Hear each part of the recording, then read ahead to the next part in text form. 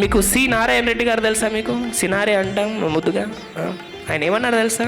నా దేశం భగవద్గీత అన్నారు. మీ దేశంకి ప్రసిద్ధి ఏంటి అంటే ఏం చూపించాలి? గర్వంగా భగవద్గీతను చూపించాలి. మీరు చదవలేరు అనుకోండి భగవద్గీత, మీ పిల్లలు అస్సలు చదవరు.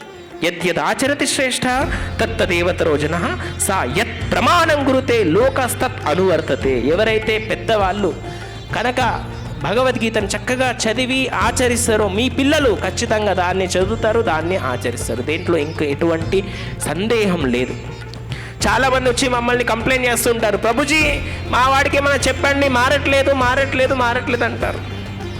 నేను ఒకటే క్వశ్చన్ అడుగుతా, మీ దినచర్య ఏంటి అని అడుగుతా. ఆ దినచర్యలో భగవంతుడు అనేవాడే ఉండడు అసలు. ఎలా వింటారండి పిల్లలు? వినమంటే వింటారా? వినరు.